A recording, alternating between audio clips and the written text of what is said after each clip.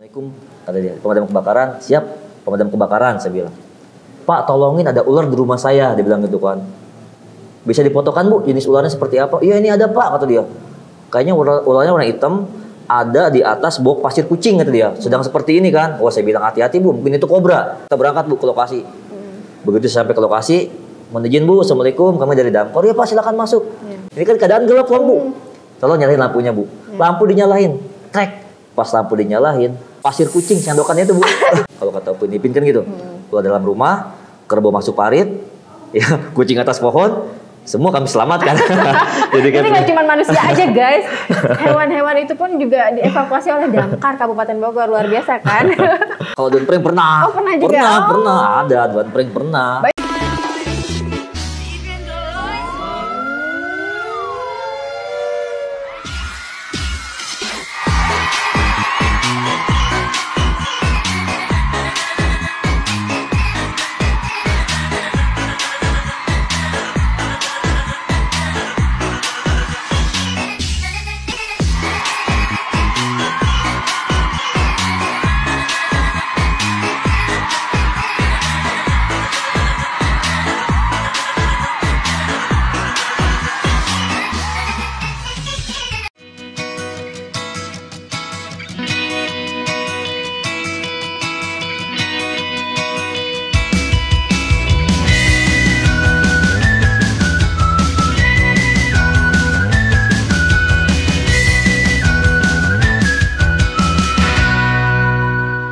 Assalamualaikum warahmatullahi wabarakatuh. Kembali lagi dengan saya Cindy di program Ngopi Ngobrol Padat Berisi.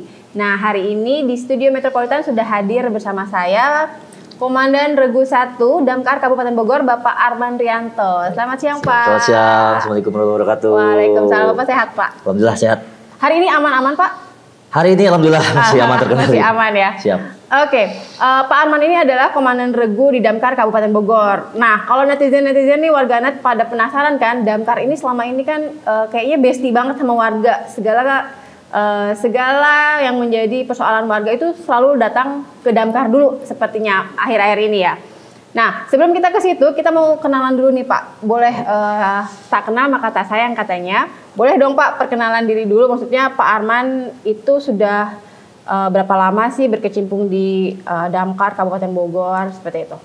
Baik, terima kasih sebelumnya. Ya. Terima kasih Mbak. Sebelumnya izin mau perkenalkan diri. Nama saya Arman Rianto. Kebetulan saya bekerja di Dinas Pemadam Kebakaran Kabupaten Bogor. Alhamdulillah mendapatkan amanat sebagai Komandan Regu pada Regu 1 Seksi Penyelamatan dan Pertolongan Darurat di Kabupaten Bogor. Kalau untuk berdinas sendiri di Damkar kurang lebih saya sekitar hampir 12 tahun. 12 tahun? 12 tahun siap. Karena terhitung masuk tanggal saya waktu itu di tahun sekitar 2013. 2013. Siap. Nah, kalau Danru 1 itu kan penanganan di Cibinong dan sekitarnya ya. Betul. Nah, ini dulu pertama kali tugasnya Pak Arman itu di mana? Baik, kalau untuk tugas sendiri dulu saya sempat ditugaskan di Ciawi. Kebetulan juga dulu sempat berdinas di Lewiliang, Kabupaten Bogor. Jadi kalau untuk di beberapa tempat memang saya sudah mengalami rotasi perpindahan seperti itu. Nah, kok bisa sih Pak, Bapak ada di instansi Damkar sendiri itu ceritanya gimana sih? Kepo nih, kepo. Ya, jadi flashback ke belakang lah ya. Iya, flashback flashback ke belakang, singkat cerita.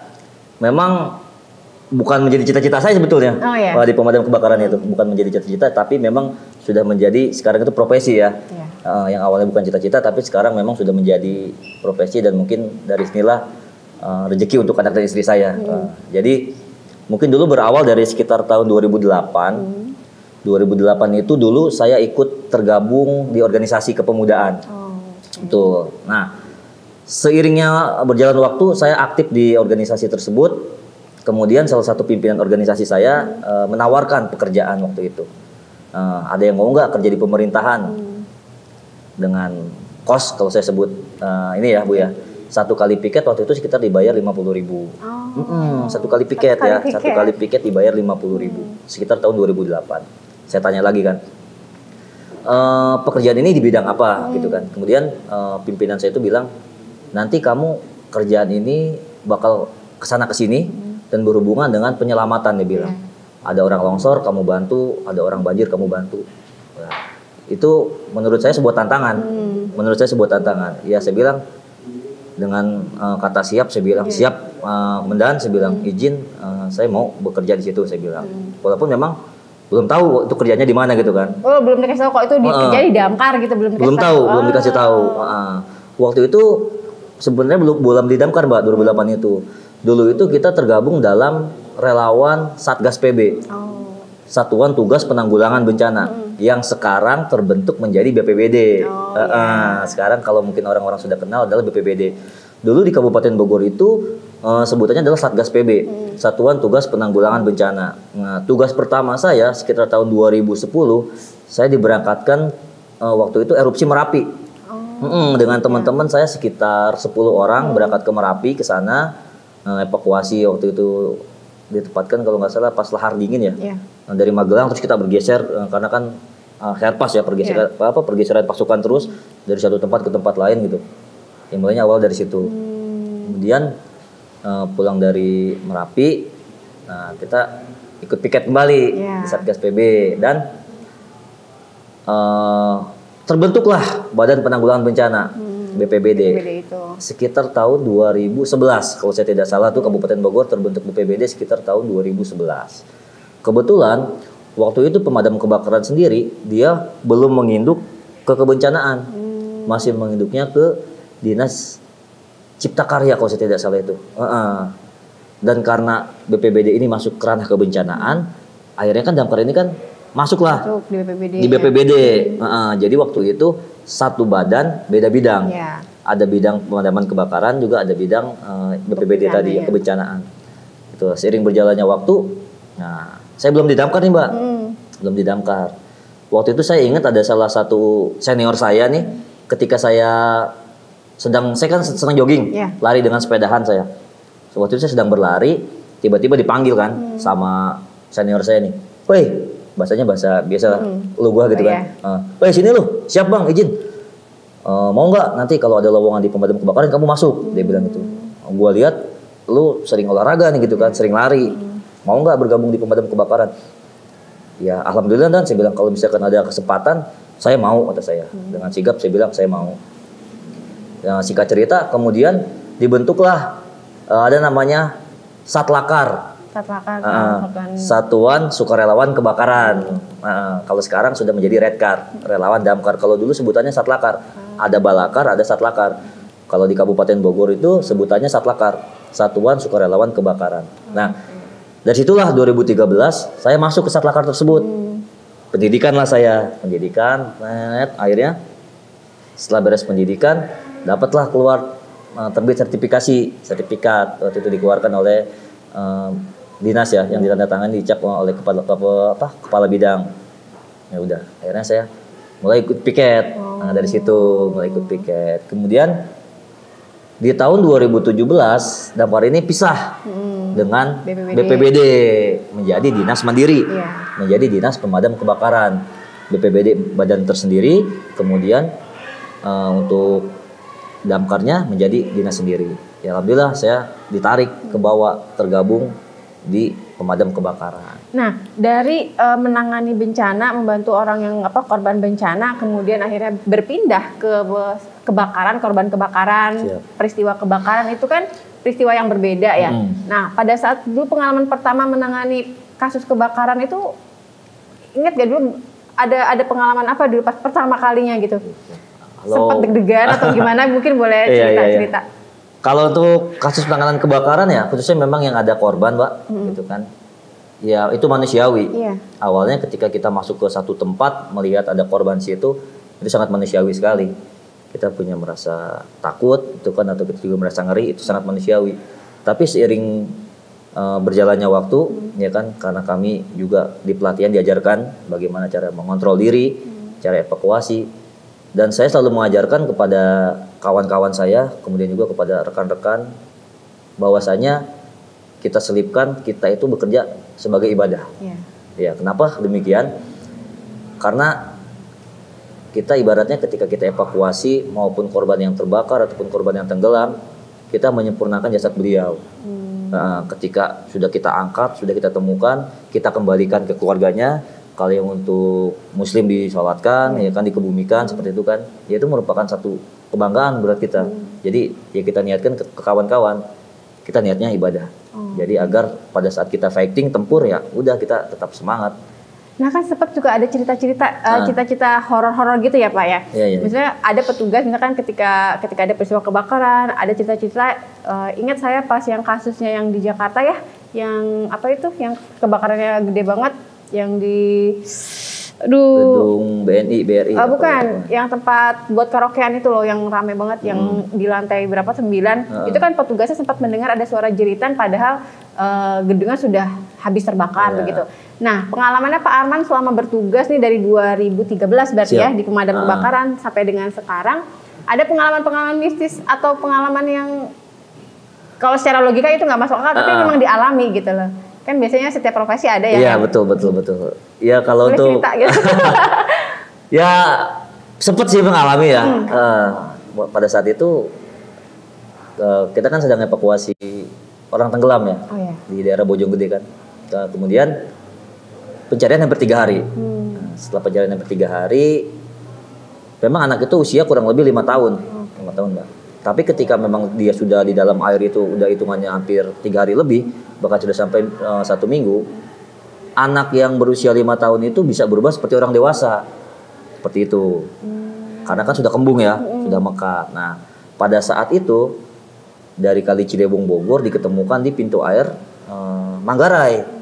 Kebetulan kita kontek-kontekan dengan kawan-kawan kita yang di Jakarta karena kan kita bersinergi ya. Ketika memang menemukan salah satu, kita sebutnya bukan korban, sebutnya bahasa kita adalah bandeng. Ya, Bang ada bandeng gitu kan. Kita sebutannya bandeng. Bang ada bandeng nih, izin. Ciri-ciri dengan ciri-ciri yang sama seperti yang dicari. Ada juga yang bilang juga KMM, kondisi membahayakan manusia. Nah, oke. Akhirnya kita sounding ke pihak keluarga. Kebetulan Danton saya juga ke sana. Nah, pada saat ke sana itu karena mungkin melihat si jasadnya itu sudah berubah bentuk, si pihak keluarga tidak mengenali, bukan anak saya gitu loh Mbak, ya kan. Akhirnya ya begitu memang sore, kemudian Danton saya sih yang mendapatkan salah satu bisikan seperti itu kan dari dibilang, "Man, Jadon izin. Ada yang bisikin ke saya," dia bilang gitu. "Tega banget sih saya nggak diakuin sama orang tua saya," dia bilang gitu kan. Karena memang belum dikontrol ke rumah sakit Mbak. Pada saat itu dia mengutus salah satu keluarganya yang ke sana, ya kan, bukan si orang tuanya, gitu loh. Akhirnya kita coba yakinkan lagi ke pihak keluarga, tolong pihak keluarga aja yang ke sana. Karena kalau untuk ayah dengan ibu itu biasanya punya ciri khas atau identik sendiri sama anak. Pasti ada orang yang lain nggak tahu, tapi kalau rasa orang tua itu ayah sama ibu, dia pasti ada ikatan batin seperti itu. Akhirnya pas begitu memang dia kontrol ke sana, cek betul itu anaknya, gitu. Ya jadi kalau untuk selita-selita seperti itu, ya kita masih, kalau namanya di Bogor ini kan masih kearifan lokal cukup tinggi Mbak, betul. Sama seperti pencarian orang tenggelam. Ketika kita melakukan diving, penyelaman ke dalam air, mencari korban yang tenggelam, di atas pun kearifan lokal sedang bermain gitu. Karena kan kita masih menjaga kearifan lokal. Ada yang dari sesepuh di sana gitu kan memberitahu, ya udah Pak silahkan. Kalau kami yang melakukan evakuasi di bawahnya, silakan untuk warga yang melakukan kegiatan kearifan lokalnya seperti itu. Kalau pengalaman pribadi Pak Arman sendiri ada nggak? Misalkan yang dia berterima kasih mungkin korbannya pada saat mungkin pernah diangkat kayak gitu ya, kan suka ada cerita-cerita kayak gitu ya. Kalau Pak Arman pernah mengalami itu apa? Alhamdulillah nggak pernah. Itu sih paling hanya kayak bayangan-bayangan aja sih gitu Mbak. Mungkin kalau pas ya dulu kan ada ambulan di kantor kita ya kan, ada kayak bayangan gitu aja sih. Gitu aja. Tapi alhamdulillah sih sampai saat ini ya masih terkendali. Nah Pak, boleh cerita nggak sih suka duka jadi kerja di damkar ini apa sih? Sukanya dulu kali ya. Tapi sih kebanyakan sukanya, nggak ada dukanya. Alhamdulillah kebanyakan sukanya ya. Ya kalau untuk sukanya sendiri ya, kita ibaratnya yang tadi saya bilang, bekerja itu ibadah. Sambil beribadah. Ketika berhasil menyelamatkan salah satu korban, apalagi korban itu dalam keadaan hidup gitu kan, baik hewan maupun manusia, itu merupakan kebanggaan tersendiri buat kita Mbak gitu kan. Apalagi kita bisa mengembalikan ke pihak keluarga. Karena tidak ada yang lebih indah ketika bisa membawa kembali kumpul mereka dengan keluarga, kan kayak gitu ya. Itu yang merupakan suatu ya sukanya lah buat kita gitu kan. Tapi ya itu juga menjadi apa namanya, ini juga untuk kitanya untuk lebih profesional lagi gitu Mbak ya kan. Karena banyaknya sekarang aduan masyarakat terkait laporan non kebakaran. Selain kebakaran, non kebakarannya ini kan yaitu banyak ya Pak. Banyak sekali. Makanya kita harus ya lebih meningkatkan sumber daya manusianya, ya kan. Diadakan pelatihan-pelatihan juga kan di kami gitu Mbak. Kalau sehari itu aduan bisa masuk berapa Pak? Kalau aduan saya satu kali piket itu pernah sampai 5 bahkan lebih. Dalam kurun waktu piket 1 kali 24 jam. Tuh. Itu beragam itu aduannya. Apa semua aduan yang masuk itu secara otomatis ditangani atau mungkin ada yang ini beda jalur atau di skip dulu karena gimana gitu alasan tertentu? Baik. Kalau misalkan memang laporan itu masuk, sebisa mungkin kami respon dulu. Kami respon ya kan, Misalkan urgent, khususnya ada orang terjebak, baik di ketinggian ataupun di kedalaman, itu sudah harus direspon cepat. Ya maupun ular yang sifatnya urgent ada dalam rumah itu pasti kami respon gitu loh. Ketika laporan masuk, kami data dulu, kami catat balik nomor pelapor, kemudian kami meminta alamat lengkap, berikut foto dokumentasi di lokasi, gitu kan. Akhirnya kita respon singkat, kita langsung ke lokasi seperti itu sih Mbak. Berarti nggak ada kejadian aduan prank gitu ya? Pernah nggak? Kalau aduan prank pernah. Pernah juga. Pernah ada aduan prank pernah. Banyak nggak? Sering nggak gitu? Kalau sekarang sih sudah agak berkurang ya. Mungkin tingkat kepercayaan masyarakat juga tadi ya udah ini. Kalau dulu kan zamannya belum ada WhatsApp seperti sekarang Mbak. Iya. Saya piket dulu masih mengandalkan HT ya kan, halong tenggol lah. Dulu hanya telepon kantor yang kita kadang-kadang minta nomor balik pun dia nggak bisa ngasih balik. Karena kan masih pakai telepon zaman dulu kan. Kalau sekarang kan langsung via WhatsApp. Medsos sekarang sudah luar biasa kan. Kalau dulu hanya telepon biasa, yang begitu telepon ke kantor, kadang kita minta nomor telepon balik, kita telepon balik dia nggak bisa dihubungin. Tapi kita datang ke lokasi, karena kan khawatirnya kan masa sih orang bohong, ada kejadian ternyata sampai sana kosong seperti itu. Dan dulu nyari jalan juga gak lama. Kalau sekarang kan ada GPS, gampang ya. Gampang, kirim Sherlock sampai. Kalau dulu ingat saya teman-teman, ketika ada kebakaran kita mengandalkannya satu. Apa? Ngelihat asap dari kejauhan. Itu udah pasti tuh. Dari jauh, asap hitam nih. Berarti di situ lokasinya. Tapi alhamdulillah sampai gitu. Nggak pernah nyasar gitu. Tapi itu dulu. Biasanya kalau misalkan petugas kebakaran itu juga punya insting sendiri ya. Ada ininya lah, ada sense-nya gitu. Di mana lokasinya gitu sampai ketemu. Iya. Nah, dalam sehari itu biasanya yang paling banyak aduan yang masuk itu apa sih Pak? Baik, kalau untuk sekarang ini, ya kan tadi yang saya bilang khususnya yang di non kebakaran ya, di seksi penyelamatan, hampir laporan masuk itu tiap hari ular ya. Ular itu ular dalam rumah ya kan. Kalau kata Upin Ipin kan gitu, ular dalam rumah, kerbau masuk parit, ya kucing atas pohon. Semua kami selamatkan. Jadi kan nggak cuma manusia aja guys, hewan-hewan itu pun juga dievakuasi oleh Damkar Kabupaten Bogor, luar biasa kan? Ya itulah ya bentuk-bentuk aduannya. Kalau untuk banyak sih kurang lebih ular ya, ular masuk ke dalam rumah. Tapi suka ngerasa gini nggak sih, misalkan ketika ada aduan masuk, Pak tolong evakuasi kucing saya kejebak di, pernah saya bikin beritanya itu kejebak di atas atap atau nggak digorong-gorong gitu. Itu tuh suka ngerasa ya kucing gitu. Kalau untuk orang yang lain mungkin akan berpikiran seperti itu ya, kucing doang gitu. Nah untuk Damkar hal-hal seperti itu ininya apa sih yang membuat Damkar tuh tetap harus turun gitu? Terkait masalah tadi kan laporan, kita mengambilnya laporan pertama tadi. Begitu ada telepon masuk laporan, kita telepon balik kan, karena di situ bahwa ada laporan pasti ada aduan kan. Nah, ada kucing di situ. Kucing itu kan yang namanya hewan pun dia bernyawa. Di situ yang tadi saya bilang ada nyawa di situ yang memang harus kita selamatkan. Karena saya beberapa kali gitu masuk juga ke saya kan. Kemarin pun piket kemarin kucing masuk ke dalam wastafel. Udah hampir 24 jam si ibunya panik akhirnya menghubungi ke kami. Alhamdulillah masih dalam keadaan hidup. Terus kucing masuk sumur. Berapa kali juga kami evakuasi kayak gitu.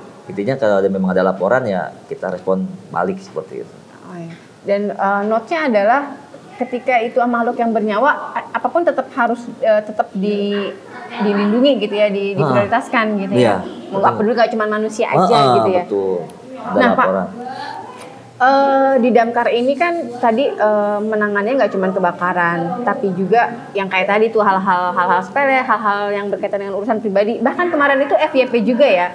FYP juga ada seorang wanita yang dia sengaja datang ke damkar. Karena dia patah hati abis diputusin pacarnya tepat di hari ulang tahunnya coba.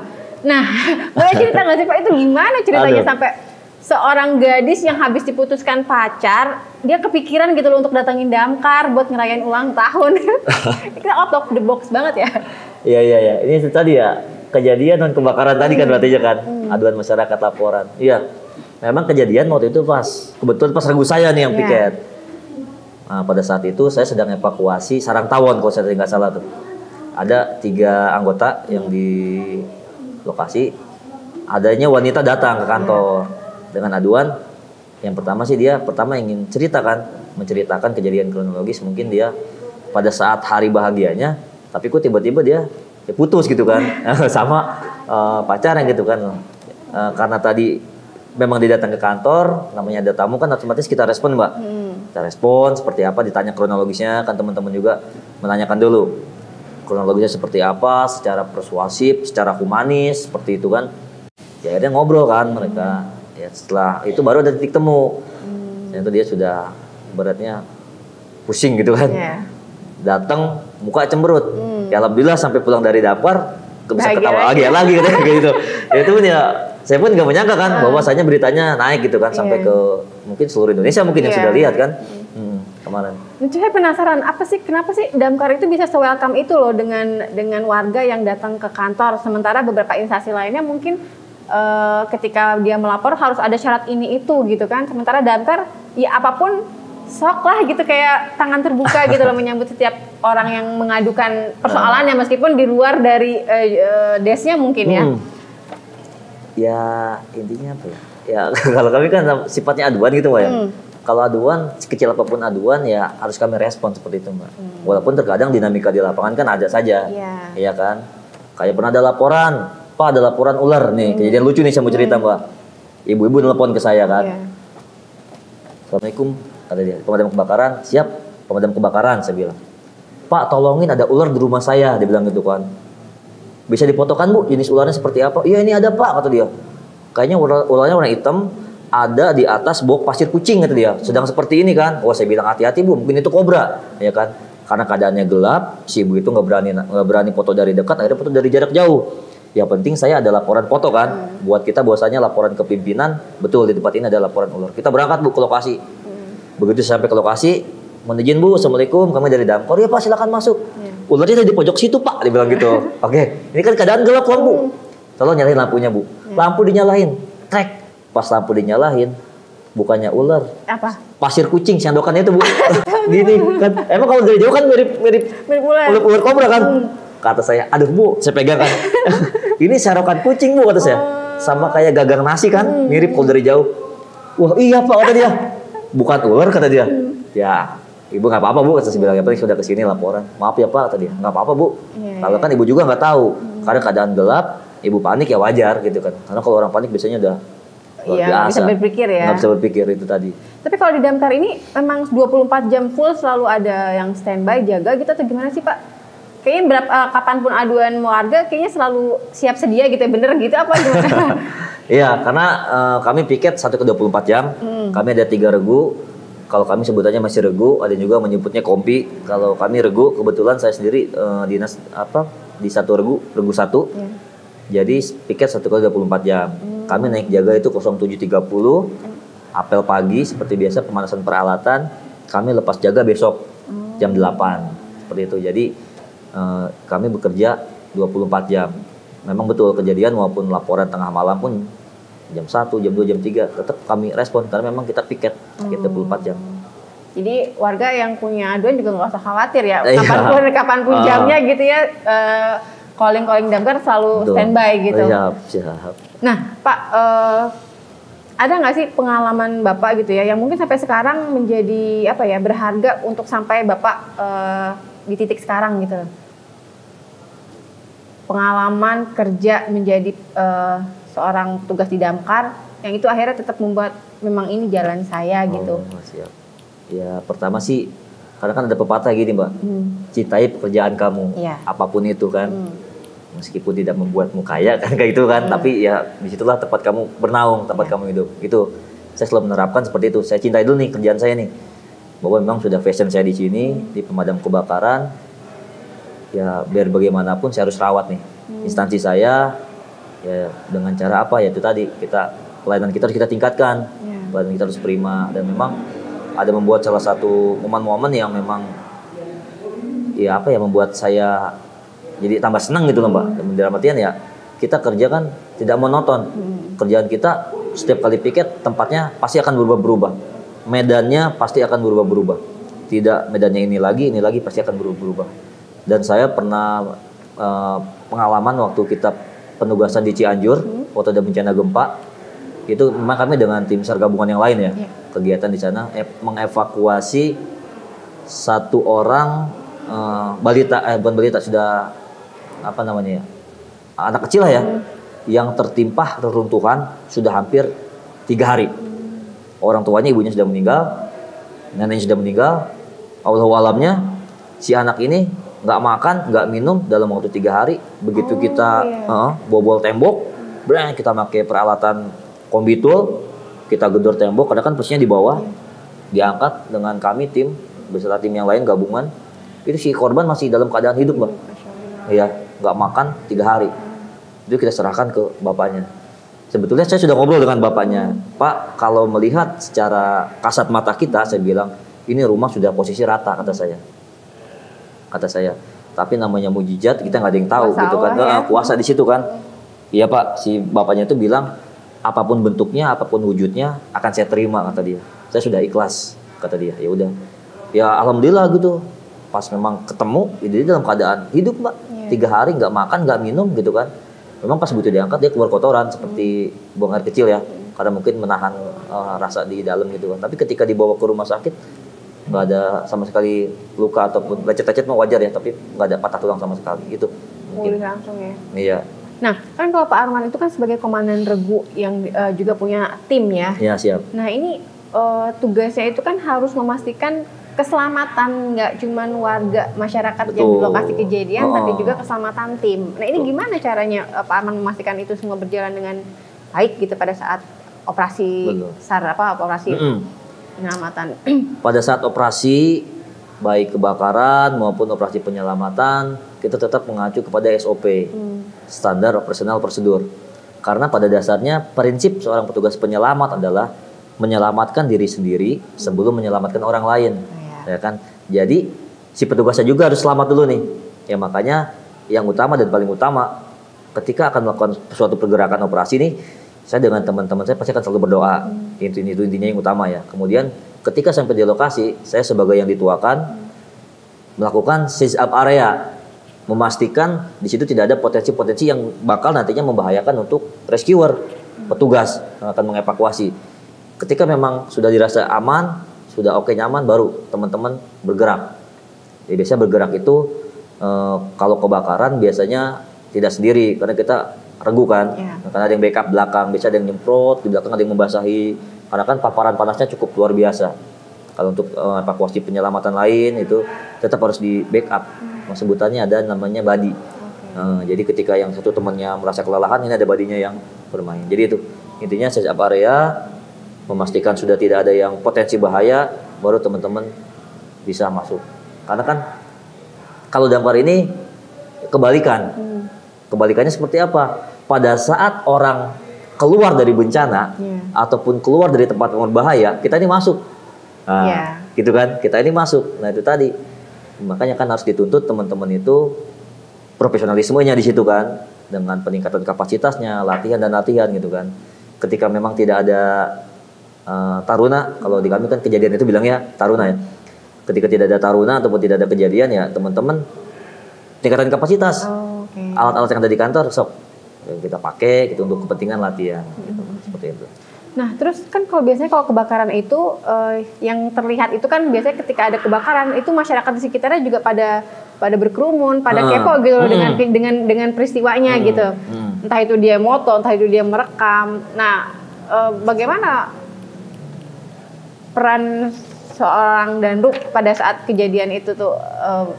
Iya, nah itu ya yang menjadi salah satu kendala juga di lapangannya. Terkadang mungkin bisa sekalian dihimbau gitu ke warga gitu ketika ada kejadian kebakaran, warga itu harus gimana sih? Gitu. Ya intinya sih pada saat memang kejadian kebakaran sudah sangat jelas bahwasanya berikan akses untuk kami petugas. Karena kita juga sudah diatur di undang-undang bahwasanya unit pemadam kebakaran yang memang sedang bertugas itu menjadi prioritas di jalan nomor 1. Nah, berikan kami akses jalan.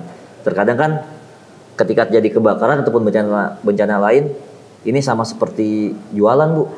Ramai banget, ya kan? Kadang-kadang petugas pun susah masuk, ya kan? Ya memang kita tidak bisa membendung, gitu kan? Karena memang warga yang di situ masuk kan antusias, mungkin ingin menyaksikan. Tapi minimal saya memberikan arahan, mohon izin Bapak atau Ibu, ini keadaan darurat di sini. Khawatirnya nanti ada, kalau untuk longsor ya, ada longsor susulan ataupun pada saat terjadi kebakaran takutnya ada ledakan dari luar, Bapak Ibu nantinya tidak aman. Segera menjauh dari area lokasi gitu kan, dengan cara ya kita pendekatan secara humanis tadi kan. Biasanya sih sekarang masyarakat ketika sudah kita bicarakan seperti itu dengan petugas, lama-kelamaan ya akan paham seperti itu. Belum lama ini kan juga petugas damkar juga ditelepon oleh salah seorang pasien yang dia memiliki overweight ya, obesitas gitu ya. Betul. Ya, beliau mau ke dokter terus menelpon damkar gitu ya, meminta bantuan untuk dibawa ke rumah sakit.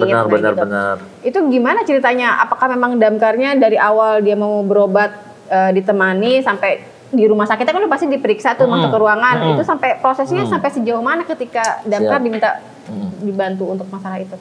Baik, kebetulan juga tuh waktu itu ragu saya nih. Oh iya. Jadi untuk obesitas ini udah beberapa kali juga laporan ke kantor. Jadi memang keadaan si korban ini ya sudah overweight lah ya, memang berat. Untuk di jalan sendiri pun tidak bisa, Mbak. Dia jalan pun dengan cara waktu itu ngesot gitu ya, disiram di lantainya pakai air, kemudian dia jalan seperti itu. Akhirnya kan menaikkan ke ambulan, itu tidak bisa, akhirnya kita bantu dengan warga itu sampai ke rumah sakit, kemudian sampai dia penanganan tuh. Nanti ketika memang dirawat ya kita pulang balik kanan. Nanti ketika dia mau pulang baru tuh biasanya ngontek lagi, Pak tolong angkat lagi ke mobil ambulans seperti itu. Tapi kalau untuk kejadian yang kemarin di daerah Bubulak nih, ada nih Bubulak saya lupa tuh namanya, Dramaga sini. Itu kita sampai membantu proses pemakamannya, Mbak. Kebetulan waktu itu kan saya yang mengangkut nih. Oh iya, yang ada berita itu juga kan. Jadi kita membantu proses pengangkatan si jenazah korban dengan kelebihan berat badan itu sampai masuk ke liang lahat. Itu betul-betul kayak alat ya, kita pakai tackle, pakai katrol, kita gitu bentuk sistem tali, itu kita bantu. Ini ada yang bertanya gitu, kalau misalkan telepon damkar seperti itu harus warga harus bayar apa gimana sih gitu? Ini nih pertanyaan klasik juga sebenarnya ya. Dari dulu ya. Baik, saya ngopi dulu kali Mbak ya? Boleh. Izin nih, kayaknya suara enak juga kalau ngopi ya. Sama ada cookiesnya boleh? Ini sengaja kumisnya memang agak panjang sih. Jadi biar kalau minum kopi ampasnya kesangkut. Oh gitu. Canda Mbak. Ya. Terkait masalah tadi ya, pelayanan, bahwasanya memang petugas pemadam kebakaran itu kita pure tidak dikenakan biaya. Karena kita ini sudah ditanggung oleh APBD, oleh pemerintah daerah, bahwasanya memang bentuk negara hadir di tengah masyarakat, gitu Mbak. Itu dengan pelayanan pemadam kebakaran yang kami free dan tidak dipungut biaya. Nah, kalau tadi beberapa netizen itu kan punya panggilan khusus untuk damkar itu ada si serba bisa, ada yang pahlawan superheroku masa kini katanya gitu, pahlawan serba bisa juga gitu ya. Sebenarnya untuk anggota damkar sendiri itu hal-hal yang dibekali untuk seorang petugas damkar itu apa sih? Apa aja gitu? Penasaran saya. Kok semuanya bisa? Suruh nangkep kucing ya bisa gitu kan? Bisa suruh evakuasi kucing bisa, suruh evakuasi sarang tawon, sampai hal-hal yang humanis itu selalu bisa diandalkan gitu ya, petugas damkar ini. Ini ya yang sekarang menjadi sorotan juga mungkin ya di tengah-tengah masyarakat ya. Nggak banyak persyaratan gitu. Sampai saya juga sempat ada baca tuh di salah satu hashtag kan katanya. Ya lapor damkar aja gitu kan, kemudian apapun masalahnya damkar solusinya kan, itu kan luar biasa ya. Itu kan sebetulnya bukan kami yang menciptakan sebenarnya. Jadi memang teman-teman kesan yang terbentuk dari pelayanan yang diberikan oleh Damkar kepada masyarakat gitu ya. Ya itu tadi kan saya bilang, makanya menjadi apa ya, motivasi buat kita nih, karena tingkat kepercayaan publiknya semakin tinggi terhadap pemadam kebakaran, profesionalisme juga harus kita tingkatkan lagi Mbak. Dengan cara apa? Berlatih tadi. Nah kan kami ada tingkatan pelatihan. Biasanya kalau yang di Damkar itu masuk pemula itu masuk di pemadam 1 ya. Jadi ada beberapa kediklatan. Nah, ada lagi buat evakuasi, misalkan untuk evakuasi hewan, kita ada namanya animal rescue di situ. Kan banyak nih. Ada evakuasi animal rescue itu kan macam-macam ya. Ada kucing yang terjebak tadi, ya ular di dalam rumah, kan prosesnya berbeda-beda. Nah, itu kami lakukan pelatihan-pelatihan. Tapi memang setiap anggota sudah harus menguasai semuanya, atau ada dalam satu regu ada satu spesialis khusus gitu atau gimana? Kalau untuk di regu seksi penyelamatan sendiri, khususnya di regu saya, nah itu kan awalnya kita basic di pemadaman. Pasti awalnya umumnya pemadam. Orang pemadam pasti orang rescue penyelamatan, ya kan? Gitu kan. Tapi seorang penyelamat belum tentu pemadam gitu kan. Tapi orang apa namanya? Pemadaman dulu biasanya masuk ke penyelamatan gitu kan. Nah itu ilmu-ilmu itu memang sebetulnya ada orang yang memang ahli di bidangnya Mbak, spesifikasi, tapi diutamakan kita bisa semua. Karena kan ada nanti ditanya takut fobia ketinggian nggak, takut fobia kedalaman nggak gitu kan, takut fobia darah nggak gitu kan, biasanya itu kami ditanya. Ya tapi yang sudah pasti sudah jelas bahwasanya ya tadi orang di penyelamatan itu sudah pasti dari Damkar dulu awalnya. Basic awalnya adalah Damkar sebelum masuk ke penyelamatan. Gitu. Nah, untuk orang-orang yang punya fobia tapi dia pengen masuk Damkar gitu, ini masih ada kesempatan, atau sebenarnya orang yang fobia apapun ya? Betul. Itu masih ada kesempatan nggak untuk menjadi bagian dari Damkar? Jadi kan sebetulnya kan di Damkar itu banyak bidangnya masing-masing, Mbak. Orang ini kan punya potensi masing-masing.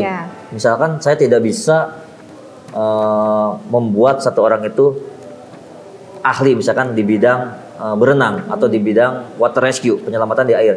Sedangkan orang tersebut tidak bisa berenang gitu kan. Gitu tidak bisa seperti itu. Nah, nanti bakal muncul talentanya sendiri, muncul apa ya, maksudnya dia saya senang basicnya dia di apa nih gitu kan. Dia pasti akan muncul ketika nanti sudah piket. Dan biasanya juga kan teman-teman ada yang di multimedianya kan. Kalau di kami sebutannya ada humas Damkar. Dia bergerak di bagian data dan informasi. Ketika teman-teman di TKP dia bisa meliput. Jadi kan semua akan ada keterkaitan. Misalkan dia nggak berani juga untuk menangkap ular atau seperti apa, kan dia bisa menjadi tim driver gitu kan. Jadi semua keterkaitan. Tapi khususnya memang harusnya untuk di rescue itu memang kita bisa menguasai medan-medan gitu Mbak ya. Untuk semua kegiatan kita basicnya harus menguasai. Nah, kalau tadi kita balik bahwa yang tadi sempat ada celutukan bahwa apapun masalahnya Damkar solusinya gitu ya. Ini nggak sih? Jadi maksudnya Damkar jadi banyak apa ya? Ya kalau ibarat tukang orang jualan tuh banyak orderan nih, jadi kebanyakan aduan gitu loh ya. Gimana? Sempat keteteran nggak sih untuk menanggapi respon atau merespon aduan-aduan itu gitu? Betul ya. Ya memang cukup luar biasa kan. Kalau untuk saya kemarin tuh saya sempat main ke data center yang Bogor Siaga 112 itu, bahwa aduan masyarakat tertinggi adalah di pemadam kebakaran. Laporan non kebakaran penyelamatan itu masih mendapatkan kemarin peringkat pertama laporan. Ya kalau untuk alhamdulillah sih sampai sekarang ini saya piket dengan aduan-aduan yang masuk itu selalu bisa kita handle. Di kami kan juga untuk tim ada beberapa tim, jadi kalau untuk keberangkatan pun kami nggak berangkat semua. Misalkan berangkat ular, mungkin teman-teman yang berangkat 4 orang, yang sisanya standby. Ketika yang teman ini pulang, ada berangkat lagi nih, yang ini berangkat. Dan biasanya pun ada bentrokan nih, bentrokan. Laporan ini masuk dan ini masuk. Kita lihat dulu yang lebih urgent yang mana, yang butuh pertolongan yang sudah menyangkut nyawa pasti akan kita utamakan di situ. Tapi alhamdulillah sih sampai sekarang masih ke cover untuk backup. Kalau untuk terjauh mungkin karena kita juga untuk di Kabupaten Bogor sendiri sudah ada sektor-sektor damkar terdekat. Jadi kita upayakan untuk teman-teman yang di sektor ini ketika terjadi kebakaran baik penyelamatan didatang terlebih dahulu. menenangkan hati pelapor, menenangkan hati warga di situ, baru kita dorong dari pusat Cibinong. Oke. Nah sebelum kita akhiri bincang-bincang kita bersama Pak Arman, boleh Pak ada pesan khusus nggak sih untuk warga Bogor khususnya yang membutuhkan bantuan atau dalam dalam melaporkan kejadian-kejadian yang terdekat yang ada di sekitar gitu? Baik, terima kasih khususnya untuk warga Kabupaten Bogor dan sekitarnya. Bila memang membutuhkan pertolongan darurat, jangan ragu-ragu untuk menghubungi petugas pemadam kebakaran. Kami standby piket 1x24 jam terkait laporan kebakaran dan penyelamatan. Oke, kalau untuk di Bogor sendiri, teman-teman semua atau Bapak Ibu bisa menghubungi di call center 112, yaitu gratis, tidak dipungut biaya. Nah, kemudian kalau untuk telepon kantornya sendiri, ya sebutin nggak apa ya? Boleh. Kalau untuk telepon kantor sendiri, Mako Pusat ya, kantor Cibinong itu di 021 875 3547 seperti itu. Jadi ketika memang ada laporan, nanti biasanya lapor dulu ke kantor, nanti akan direspon oleh tim juga di sana. Kemudian biasanya kami menanyakan alamat lengkap. Kemudian kita telepon balik ya, alamat lengkap, minta share lokasi atau foto lokasi kejadian, baru kami berangkat ke lokasi. Paling lama dibalasnya berapa menit Pak biasanya ketika aduan itu masuk? Nah, kalau untuk respon itu secepat mungkin langsung dibalas biasanya. Okay. Begitu ada telepon masuk, karena kan semua berperan di situ. Tadi saya bilang ada tim khusus buat jaga operator. Yeah. Operator itu khusus, dia selama kegiatan piket itu dia yang telepon keluar masuk, menerima laporan, mencatat laporan itu dari operator. Okay. Nanti baru disambungkan ke petugas jaga piket nih. Misalkan di rescue, berarti masuknya ke saya yang piket, kayak gitu. Nah, berarti nggak ada cerita ngadu ke damkar itu dicuekin gitu ya? Nggak ada. Oke. Siap. Sekian obrolan kita bersama Pak Danru 1 Damkar Kabupaten Bogor, Pak Arman Rianto. Kita akan kembali di segmen berbeda, di acara berbeda dengan narasumber yang berbeda. Terima kasih. Wabillahi taufiq wal hidayah. Wassalamualaikum warahmatullahi wabarakatuh. Waalaikumsalam warahmatullahi wabarakatuh.